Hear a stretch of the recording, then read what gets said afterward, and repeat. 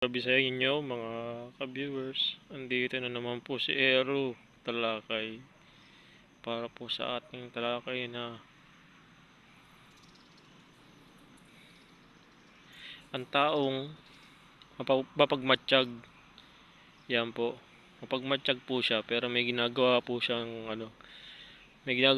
pangkokontrol po sa tao na tinititigan niya.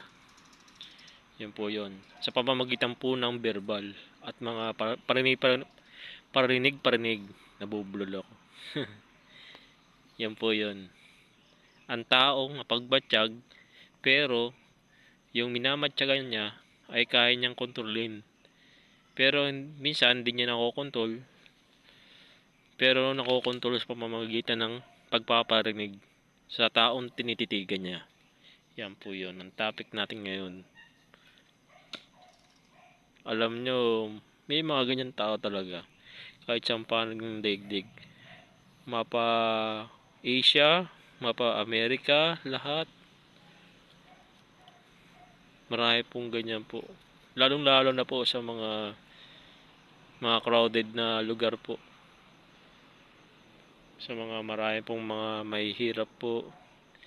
Ganyan po. Hindi po mawawala yung mga ganyan po, mga titig-titig na na napupuna ka, na ka. Alam nyo, unang-una ko naman pong sasabihin talaga ay kailangan po talaga magdasal para po mawala yan. At saka kailangan pag nagdasal kayo, kailangan wag kayo magtatanim ng galit. Kasi talo pa rin pag naggalit. Kaya sinabi ng Panginoon, magpatawad ka sa tao kahit makasalanan siya.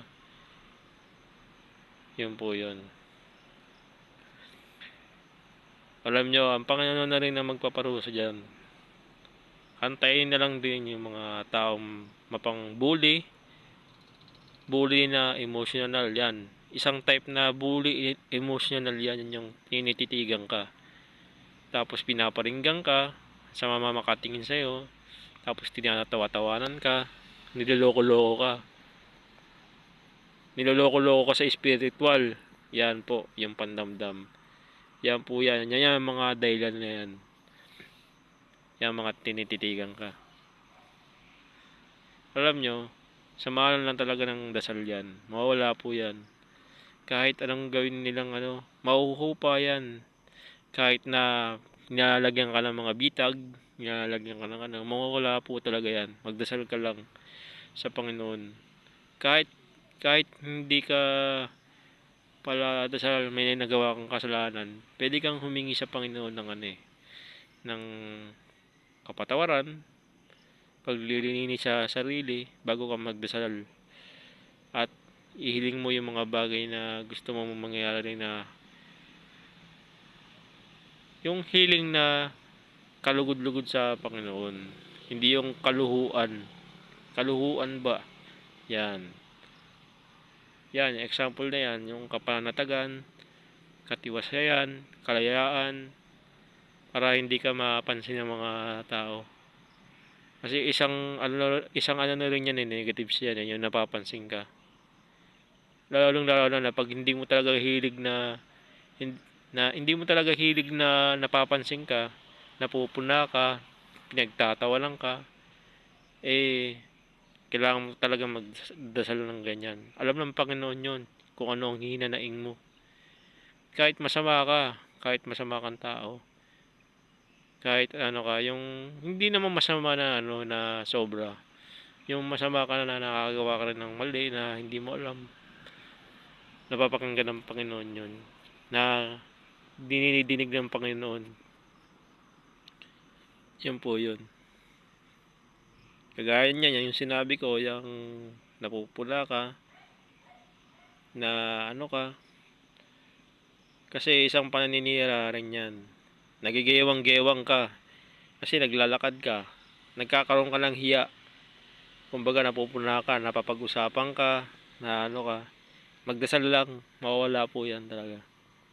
Para naman po sa mga tao naman na nangingialam, yung pinagtatawanan, konting laging may nakikita, yung taong may mga nakikitang ano, kapuna-puna, ay may kaparusahan po talaga dun. Talaga. Binabalanse po ng Panginoon yan. Yung mga nagpupuna-puna naman, mapanglait, mapanira ng loob, mapanglibak, ay may kaparusahan po talaga yan. Depende po sa sitwasyon po. Kung ano, kasi kung ang hilig mo lang naman kasi manlibak ng kapwa, manlibak ng tao, gigiwang-giwangin mo, sisiraan mo ng ulo, ay malaki pong kasalanan po talaga yan. Pwede kang ikaw rin ganyanin, ibalik sa iyo ang mga pinagagawa mo.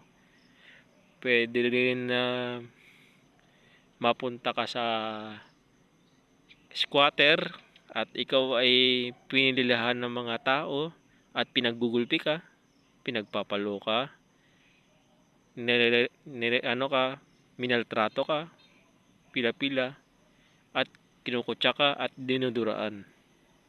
At pwede rin na mapunta ka sa impyerno, sa apoy. Yun po. Ganun po ang magparusa ang Panginoon po talaga. Kasi binabalansin naman po yan, hindi naman po basta-basta po ang pamamarusa. Yun po yun. Kaya sa mga taong gano'n naman po na mahilig po sa mga bully, away, ay buwas-buwasan nyo po.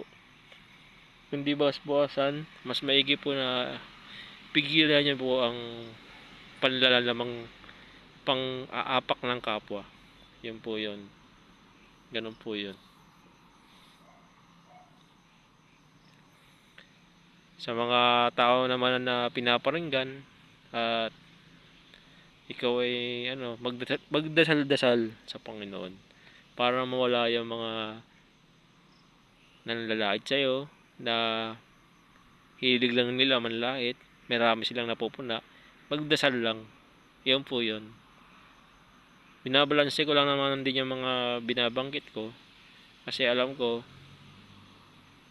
ganun po talaga eh. Hindi po libre po dito sa mundong earth. Hindi po talaga libre. Lalo na yung mga may napupuna na tao, may napupuna na naglalakad lang eh, pinupuna. Okay sana kung sa isip lang. Hindi ka nagsasalita, hindi ka nagbe-verbal, hindi ka nagpaparinig. Sa isip lang. Wala po yun. Kaya pong ayusin ng Panginoon yun. Kaya pong ayusin nyo na hindi siya magagalaw yung nilalait nyo na tao. Hindi ho magagalaw yan.